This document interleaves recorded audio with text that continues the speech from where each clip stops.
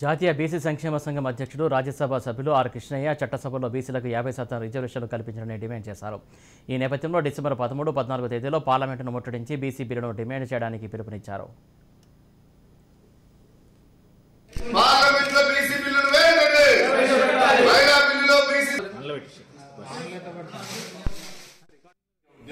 మండల కమిషన్ ఉద్యమం, అదేవిధంగా సమసంగ్రామ పరిషత్ రిజర్వేషన్లు పెంచినప్పుడు జరిగిన రిజర్వేషన్ల వ్యతిరేక పోరాటాన్ని తిప్పికొట్టిన సమసంగ్రామ పరిషత్ అనేక ఉద్యమాలలో చరిత్రాత్మకమైన పోరాటాలు చేసినటువంటి చరిత్ర బీసీ హక్కుల పోరాట కమిటీకి ఉంది.